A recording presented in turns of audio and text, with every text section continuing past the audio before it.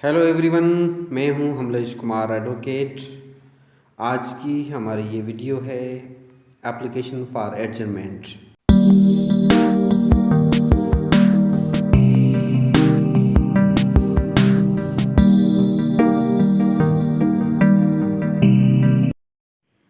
Application for adjournment.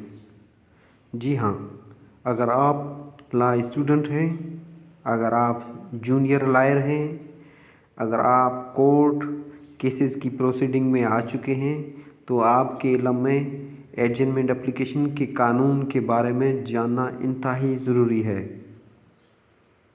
इसके अलावा law gate test और लॉ कमीशन के लिए भी ये क्वेश्चन अहम है।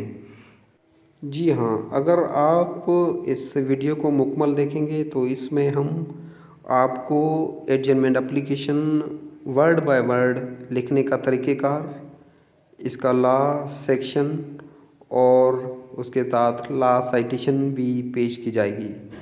तो सबसे पहले अगर आपका केस सिविल मैटर का है, सिविल कोर्ट में केस है, तो अंडर ऑर्डर 17 रूल 1 CPC के तहत आप एप्लीकेशन देंगे एडजमेंट की एप्लीकेशन। अगर आप किसी वजह से कोर्ट की प्रोसीडिंग नहीं कर सकते हैं, आप केस को नहीं चला सकते हैं, आपके पास कोई वैलिड रीज़न है, तो आप इसके तहत एडजमेंट एप्लीकेशन दे सकते हैं। A postponement, deferment or temporary suspension of a case until a future date. तो अगर आपके पास कोई क्रिमिनल केस है, क्रिमिनल कोर्ट में केस है, उसमें एडजमेंट कराना चाहते हैं, तो अंडर सेक्शन 344 CRPC, जी हाँ, CRPC क्रिमिनल प्रोसीजर कोड के सेक्शन 344 के तहत आप एडजमेंट की एप्लीकेशन दे सकते हैं। इसमें अगर आप के पास कोई वैलिड, कोई एक सफिशेंट काज है, कोई रीज़न है, तो आप 344 CRPC के तहत एप्लीकेशन देंगे। जी हाँ, आप अगर चाहें तो लॉ साइटेशन भी कोड कर सकते हैं। तो एडजमेंट एप्लीकेशन के साथ अगर लॉ कोड करना चाहें तो ये लॉ है, whenever there is adjournment for sufficient cause, it is the adjournment of hearing and something in relation to the case has to be done at the next date. इसके तहत आप, अगर आपके पास कोई सफिशिएंट काज है तो आप एडजन करा सकते हैं, नेक्स्ट डेट तक केस एडजन हो सकता है। PLD 1961 कराची 145 पेज ये लॉ साइटेशन है। और इसके अलावा ये लाजमी नहीं है, कोर्ट बाउंड नहीं है कि आपकी एडजमेंट एप्लीकेशन एक्सेप्ट की जाए। आप इस हवाले से इसके अगेंस्ट भी केस लॉ है, तो आप इस के अगर अगेंस्ट जाना चाहते हैं तो इसको भी लॉ कोड कर सकते हैं।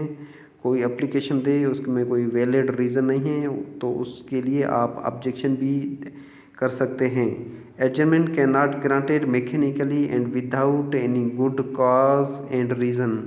अगर आपके पास या किसी के पास कोई वैलिड, कोई गुड काज नहीं है, आप एडजन नहीं करा सकते हैं। ये लॉ साइटेशन है PLD 1959 लाहौर 322 पेज। तो ये है लॉ साइटेशन।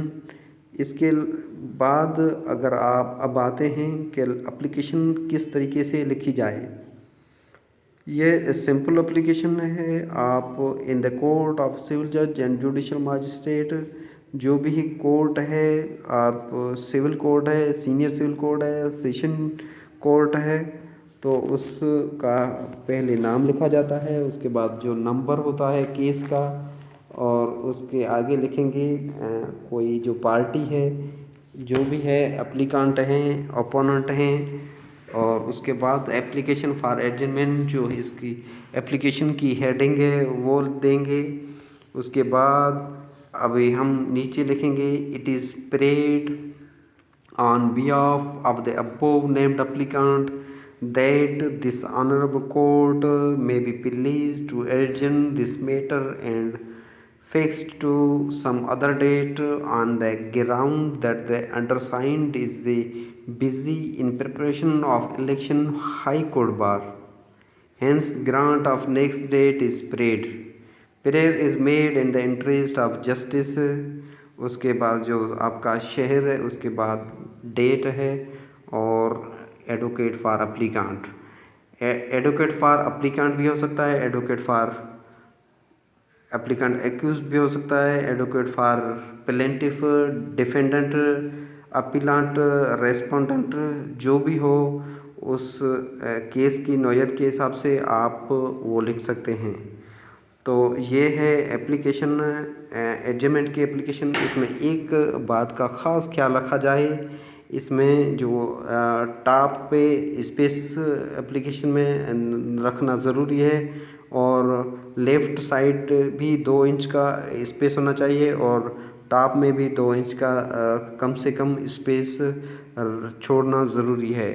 ये एडजमेंट एप्लीकेशन है। उसके अलावा एक मेन जो जूनियर्स लॉयर हैं, उनके सीनियर किसी हाई कोर्ट में या किसी अपेक्स कोर्ट में बिजी हैं, तो उसके लिए ये एप्लीकेशन का ये भी देख सकते हैं। It is prayed on behalf of accused that my senior counsel is busy before honourable high court, so he is unable to attend this court today. Therefore, this honorable court may be pleased to adjourn above said case and fix to any other date. Prayer is made in the interest of justice.